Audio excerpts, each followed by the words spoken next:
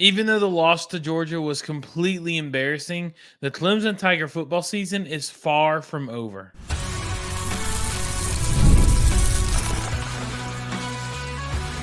You are Locked On Clemson, your daily podcast on the Clemson Tigers. Part of the Locked On Podcast Network, your team every day. What is up, everybody? Welcome to another episode of the Locked On Clemson podcast. My name is John Bivens. I am your host. You can find us over on X at I am John Bivens. Thanks so much for making Locked On Clemson your first listen every single day. We are free and available wherever you get your podcast at and over on YouTube. We are a part of the Locked On Podcast Network, your team every day. After you listen to this podcast, go make sure you check out one of the over 200 plus shows from Locked On Podcast Network, just like the Locked On ACC show. But here on Locked On Clemson, you're getting three things. You're getting all sports, all passion, all of the time, where we are bringing you everything you need to know regarding Clemson sports. Today is Wednesday, September 4th. We're going to be talking about how this season is far from over, and then we're also going to give out some grades, give out a defensive grade and offensive grade from the game this past Saturday. We are grateful for all of our sponsors. For a full list of our sponsors, make sure to check out the episode notes below. Even though that loss was embarrassing and was atrocious and was just hard to watch, this football season is so far from over. Now, after we've had the loss, right?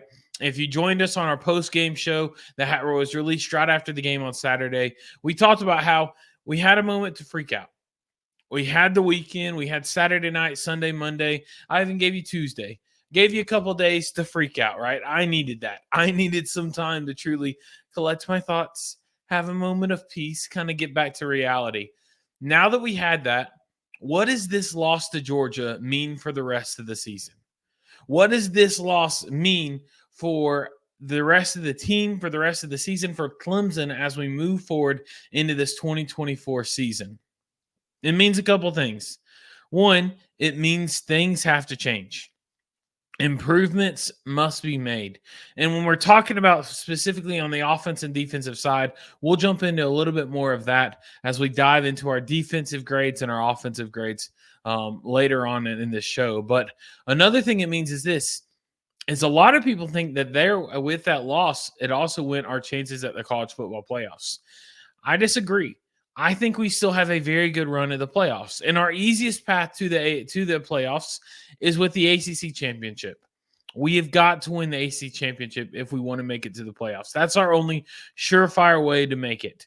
Obviously, I think if we make it to the championship game and lose, I still think there's a chance, but we'll get in that more in a second. When it comes to the ACC championship game, though, from right now, from 2 weeks ago to right now, who it looks like we're going to competing against if we get to that point has changed dramatically. I mean, if you asked 2 weeks ago, it was almost a surefire thing that it was going to be Florida State. And then if Clemson or Miami made it, was the biggest debate after that. Now, it looks like we're going to be playing Miami or Louisville, right? I mean, those two are the ones that look good. When you look after week one, Miami looked solid. By far looked like the best team in the ACC. Cam Ward was a stud. They fired on all levels. They played really good against a good team. FSU is probably the only team in the ACC that feels worse about themselves than Clemson does. I mean, they're 0-2 right now. Clemson is a full game ahead of FSU right now in the ACC, and we haven't played a game. I love it. I love to see it. But they are already one full game back, like we said. FSU's in a hard spot. They had a tough game against Georgia Tech and then just didn't show up against Boston College. I saw a tweet the other day, and I loved it, actually. I loved it a lot. It said that the quarterback draw from last year to this year to DJU with Florida State is the biggest drop-off a team has had at quarterback since Trevor Lawrence to DJU at Clemson a couple years ago. I thought that was funny. But Florida State is experiencing it. I saw another tweet that was like, hey, DJU tricked Florida State. Welcome to the Clemson bus. Like, we fell there for him before as well. So there's all kinds of memes going out there. But the bottom line is this: DJU did not look good. Boston College, he looked a little bit better than Georgia Tech, but the losses are still a part of him. He still gets part of that blame, gets part of the loss for sure. But overall, didn't look too hot, didn't look the best in those games. But then we look at other schools. North Carolina State also did not look too hot. They played Western Carolina University, which is a team very close to where I'm from. They're an FCS school, and they almost lost. Like, the score did not show, and the score did not reflect truly how close that game was. NC State looked like they were going to lose that game, so they don't look like they're going to be making a big push. They could improve, though. I'm not counting them out at all, but I will say they did not look as dominant as everybody thought they would. UNC should have lost. I mean, let's be real. Minnesota missed that field goal at the last second, and they should have made that. UNC should have lost that game. If I'm Matt Brown, if I'm the Tar Heels, I'm walking out being like, thank you, God, for that win, because we didn't win that game. Virginia Tech, who people said could be a sleeper, lost to Vanderbilt in overtime, and Vanderbilt hasn't won more than 5 games in a season in like 6 years. So take that for what it is. Louisville looked good. I will say that Louisville had a good team. They played Austin Peay, I think. So a small school as well, but they won 62-0. So definitely did not have the outing that NC State did against the FCS school. After week 1, 2, if you're counting the Georgia Tech Florida State game, it looks like Miami and Louisville are going to be the teams that Clemson are competing with mainly when it comes down to the ACC championship game. So that's going to be the fun part. If we can win the ACC, if we win the ACC championship game, obviously we're in the playoffs, and that's the goal, right? That's the main goal, is to make it to that 12-team championship, to make it there, win the ACC, and make it there. That's the easiest path. And that path isn't impossible. Honestly, this loss to Georgia doesn't affect that path at all, because that game doesn't have any influence when it comes to the ACC standings. We're good there. We're fine there. That doesn't affect it at all. So with that case, this loss really doesn't mean anything when it comes to the ACC season. What does it mean for Clemson on a different level, though? Well, it means if we don't win the ACC, we've got to play really, really well. If we don't make it to the ACC championship game, I'm not saying win it. If we don't make it to the game, that means that there's 2 other teams in the ACC that had a better standing, better record than Clemson. And if that's the case, Clemson's not making the 12-team playoff. There's zero chance that the college football playoff put in 3 ACC schools, and they're not going to put a Clemson that doesn't make the ACC championship game over one of the teams that made the ACC championship game. So with that being said, if we don't make that championship game, we're not in the playoffs. If we make it but then lose in the championship game, it all depends. There's a chance we still make the playoffs. Chance we don't. It depends on who we lost to in that championship game. Depends if we lost any other games other than Georgia game. And it also depends on what other schools do. How many other perfect schools are? How many other teams have only lost 1 or 2 games? The bottom line is this. This Georgia game was embarrassing. This Georgia game was atrocious. It was hard to watch. It was discouraging. It was very unfortunate how it turned out. But the good news is this. This season has a long way to go, and our chances of having a very successful season are still right in front of us, there for the taking, as long as we can make the improvements we need. Now, let's look back at the game. Let's give ourselves some defensive grade. How did our defense grade when it came down to this game against Georgia? Passion, drive, and patience. That's the formula for winning championships, and it's also what keeps your ride or die alive. eBay Motors has everything you need to maintain your vehicle and level it up to peak performance. Superchargers, roof racks, exhaust kits, LED headlights, and so much more. Whether you're into speed, power, or style, eBay Motors has you covered. With over 122 million parts for your number one ride or die, you'll always find exactly what you're looking for. And with eBay Guaranteed Fit, your part is guaranteed to fit your ride every time or your money back. Because with eBay Motors, you're doing this. You're burning rubber. You're not burning cash. With all the parts you need at the prices that you want, it's easy to make your car the MVP and bring home huge wins. Keep your ride or die alive at ebaymotors.com. Eligible items only. Exclusions apply. eBay Guaranteed Fit is only available to U.S. customers. That is ebaymotors.com.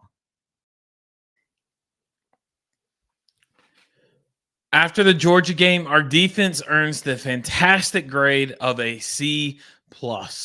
That's what we give our defense after we go through this, after we watched it, after we've seen it. We've gone through and watched it again. We've watched the highlights a couple different times. We've watched different plays. In our book, in our mind, The Clemson defense earns himself a C+. And honestly, I think here's why. I think you have to split it up. The defense looked completely different from first half to third quarter to fourth quarter. I think we had 3 different teams show up. First half, I'd give our defense an A, 100%. They don't get an A+. They weren't perfect, but they were darn close. In the first half, our team definitely gets an A. In the second half, I think this team gets a D. I mean, maybe a D+. And I think there's reasons there. I think there's excuses there. I don't think they look terrible. I will go through that in a second. I'm probably grading a little too harsh there. But if you average those 2 out, you get about a C+, which is where we have them. Let's go through and talk about the good things. Why I rank them high? Well, especially in the first half, we were really doing well at making the open field tackles, those open field one-on-one tackles. The play that comes to mind that sets that scene is early on in the first, there was a wide receiver class called that Carson Beck threw out. R.J. Mickens came in, blew up the screen completely, and Jaden Lucas flew in, made a great open field tackle for a loss that just really set the scene. I love seeing that. Those plays are encouraging. When we can see our defense blowing up the screens, when we can see our defense making the open field tackles, where we're not having to worry about missing tackles or stiff arms or jukes just people doing their job, making the tackles that they can make and doing their job individually. When that happens, this defense does well. And that's what we saw in the first half. In the first half, the team did that. They made their tackles. They made their plays. They stayed in their lanes. They stayed in the coverage. They stopped the outside. The one-on-one tackles were really encouraging. Another good thing I saw is I thought Barrett Carter did good. He didn't blow up the stat boards. He didn't have an amazing statistical game, but he is a leader. You could easily see other players looking for him, looking to him for advice, looking to him for leadership on the field when calling out plays, calling out different things. He was easily the leader on the field when it came down to it. So that was exciting to see. I love watching that. Another thing is our defensive line looked really good early on. They had some different difficulties, which we'll talk about in a second, but I thought they played the run well. For the most part, they were putting pressure on the quarterback. Now, sometimes that led to other problems, but for the most part, they were putting pressure on there. Really like the aggressiveness. I thought we really sold out to the run a little early, which might have opened up some fields for passing later on, but I liked our defensive line in the first half especially. Peter Woods was a bright spot this game. He had 5 tackles overall, had a sack, and 2.5 tackles for a loss. So Peter Woods played an excellent game. He's definitely had a performance that we can be happy with, we can be proud of. Overall, we ended up giving up 34 points, which is a lot, which is not something to be too happy about. But here's what we can be. Here's a celebration. We held the number 1 team in the nation. The team with probably more offensive talent than any other team in the nation. That team, we held to only 13 points for 42 minutes. 13 points in 42 minutes. They didn't score their second touchdown until there was 3 minutes left in the third quarter. That's a win.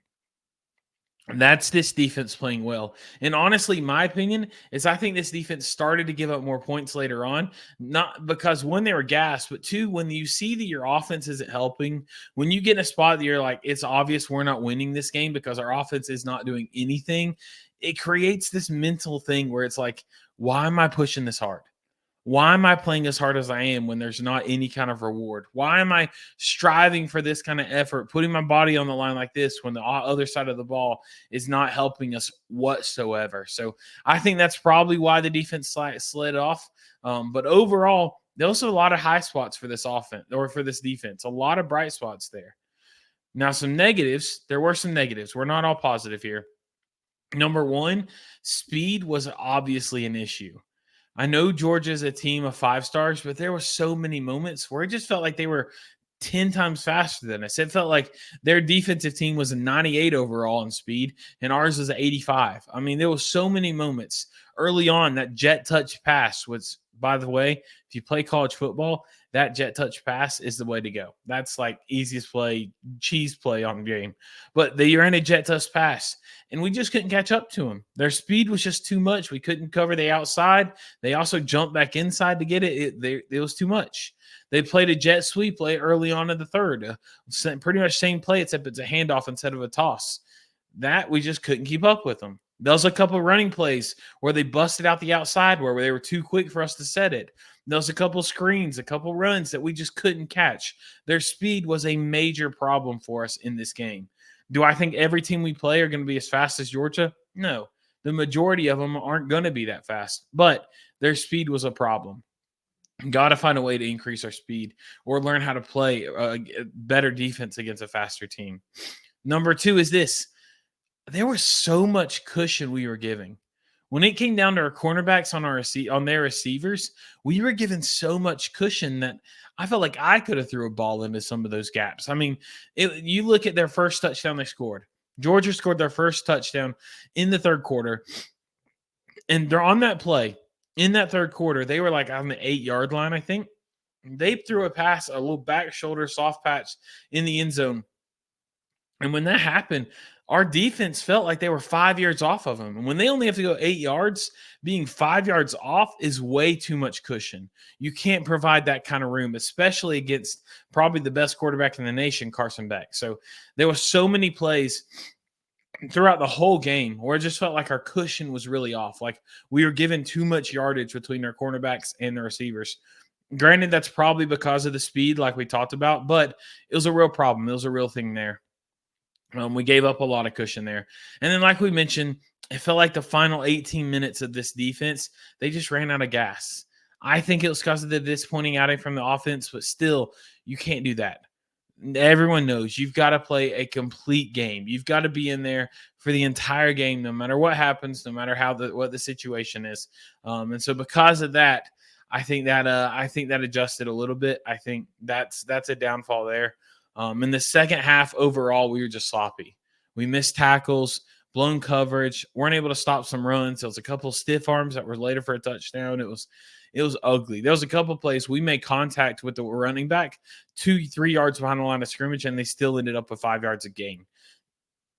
You can't have that happen. It just felt like the energy wasn't there. The drive wasn't there. And as the game went on, the defensive heart fell out of it. So that's disappointing. Overall, our defense felt like a different team between the first half, third quarter, fourth quarter.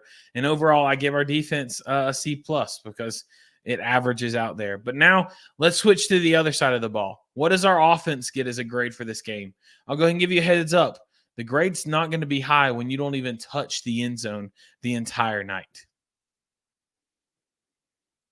Jarvis Davis here for FanDuel. You heard us talk a lot about FanDuel, America's #1 sportsbook. So guess what? I'm about to tell you a little bit more.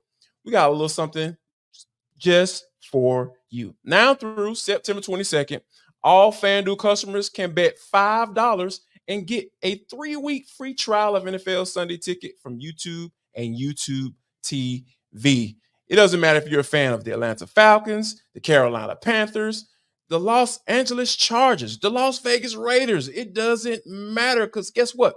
With a YouTube TV base plan, you'll be able to watch every regular season Sunday afternoon out-of-market game. Yes, every regular season out-of-market game. That is so dope. All you need is a Google account and a current form of payment, and you can cancel anytime. So just visit FanDuel.com/lockedon. That's FanDuel.com/lockedon. And make sure you download America's #1 sportsbook. Our offense gets a massive B+. Yeah, I think they were solid. I think they were great. A little bit of room to work on, but overall, pretty happy with them. Do you think I'm serious? No, not at all. Our offense gets an F. Are you kidding? Our offense was garbage. What in the world happened?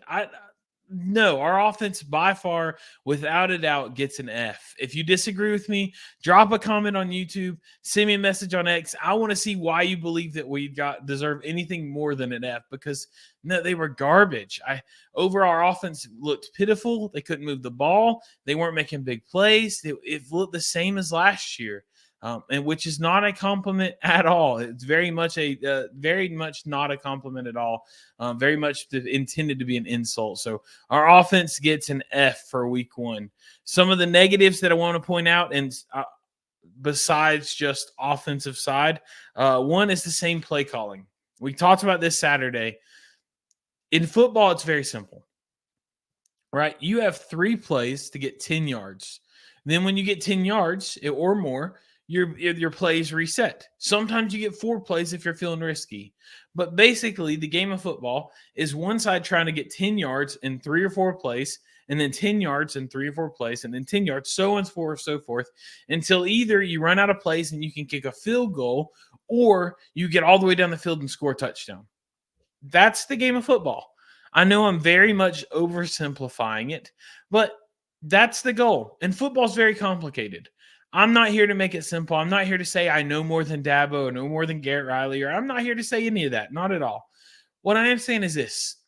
I know that you have to get 10 yards for a first down. So if it's 3rd and 10, or say 1st and 2nd went bad, and it's 3rd and 15, 3rd and 22, I know, hey, if I don't get to a first down marker, I have to give them the ball. So there's no reason for me to play it safe and just get an extra 1 or 2 yards when I'm just going to give them the ball anyway. You got to go for it, right? So if that's the case, why are we throwing a wide receiver screen on 3rd and 16 when a wide receiver screen hasn't worked all night? If that's the case, why are we running a QB draw on 3rd and 22 when that hasn't worked all night? We can't run the ball all day. We had less than 60 yards combined rushing. What's the point there? I know I'm oversimplifying it, but when that's the situation. When over and over and over again, we're calling plays that don't match the situation and plays that aren't proven to be successful. They're proven to be unsuccessful. Why are we doing that over and over and over again? It looks just like last year, which is so dumb to me. How many times does it take for us to not be successful on offense until you learn your lesson? Because apparently it's more than one season, because we're doing the same thing we did last year. That's where our offense gets an F. Another reason, we've been promised the dirt raid since Garrett Riley was hired, and we have yet to see it. All last offseason, not this past offseason, the one before, we were promised dirt raid's going to be great, which if you didn't know the dirt raid, it's basically this term that Dabo Swinney and Garrett Riley coined, where instead of the air raid where you pass, the dirt raid is you run, which lets you pass. Where has that been? We didn't see it last year. We were told we were going to see it last year, and we didn't. We were told we were going to see it this year, and we didn't. Where is it at? Show me the dirt raid, because I don't believe it's ever a thing. I think it's just some fancy thing that y'all came up with that has nothing. I mean, Phil Maffa is a great running back, but we couldn't set him up to earn any other carries. He got 16 carries for 59 yards. That's all we could allow him to get. That's all our amazing improved offensive line could master up. Matt Luke, I expected a little bit more out of your offensive line. And I know this is all really negative. I'm being very, very negative right now. But I realize that we're playing the number 1 team in the nation, but you can't even score one time. In garbage time, when everybody scores. In garbage time, you can't even score in garbage time? Pitiful. No dirt raid, same play calls. And another negative is the personnel. We have 2 5-star freshmen that are playmakers, that are explosive, that are going to make extreme differences in the game. Why are both of them only getting 1 reception? We have a tight end that has proven to be a reliable target for Cade Klubnik. Why is he only getting 3 receptions? We have a reigning All-American freshman wide receiver who is proven to be successful, proven to be explosive. Why is he getting so few targets?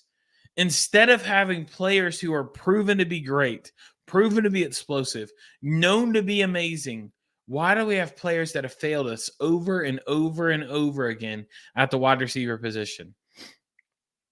Why do we have players in that have proven they cannot be successful at this level in this program? Why are they still out there? I don't get it. I don't understand. So play calling, no dirt raid, and personnel are the biggest reasons why Clemson gets an F. Some of the positives, because you always got to be positive, right? We're never 100% negative. Jake Brenningsill's one-handed catch, my gosh, it floored me. I was upset about our offense, but I saw that and I was like, hey, I want to be more excited, but we haven't scored a touchdown and we're not going to. But no, that was a great catch. Love seeing that. Special teams, we didn't miss a field goal. Hey, we're going to celebrate that. Clemson Tigers didn't miss a field goal. Don't know the last time we could say that, right? It's been a little bit since that. Love to see it. And then the third positive is turnovers. We lost the turnover battle. Defense didn't force any, but Cade only threw one interception. There was no fumbles, and there was only one pick on the night against a really good defense. So as bad as the offense was, you got to give them credit. They only turned a ball over one time. So that's it successful. Overall, our offense has got to be better. If our offense plays like that, we'll lose to App State this coming Saturday, 100%. Got to be better. Only one scoring on the drive on the night and it was a field goal. No, that's rough. For the rest of the season, if we want to have the season we want to have that we talked about earlier on, our offense has got to be better. That's why we gave them an F for this game. But with all that being said, that is going to wrap up this edition of the Locked On Clemson podcast. Thanks so much for making Locked On Clemson your first listen every single day. Now go check out the Locked On College Football podcast for your second listen. From NIL deals to never-ending conference realignment rumors, Spencer McCaughlin gets you ready for an exciting season on the gridiron. You can find the link to Locked On College Football in the description, so you don't need to search. It is part of the Locked On Podcast Network, your team every day. Later in this week, we're going to get ready for the App State game, but talk about some previews there and also wrap up our thoughts regarding this Georgia game. But we also want to let you know about this feature that we have called the Locked On Clemson Insider Program. Hey, Saturday during game day, we want to chat with you. We want to message with you. I would love to have the opportunity just to text back and forth with y'all in a group. And in order for you to do that, join our Locked On Clemson Insider Program. Text Clemson to 864-252-1907. It comes with amazing facts and amazing parts and perks. So text that number, text Clemson to that number, and join our Locked On Clemson Insider Program. But let me know your thoughts on today. I'd love to hear your thoughts. Drop a comment, send us a message on X, do all the fun stuff. We'd love to hear from you. If you haven't, make sure you subscribe to this podcast wherever you get your podcast at, or if you're watching us on YouTube, hit that subscribe button. That way, every single day, this can be your first listen here on Locked On Clemson. Make sure to check out other podcasts from Locked On Podcast Network, where it is your team every day. We can't wait to see you on tomorrow's episode, but until then, keep that Tiger pride alive and roaring, and as always, go Tigers.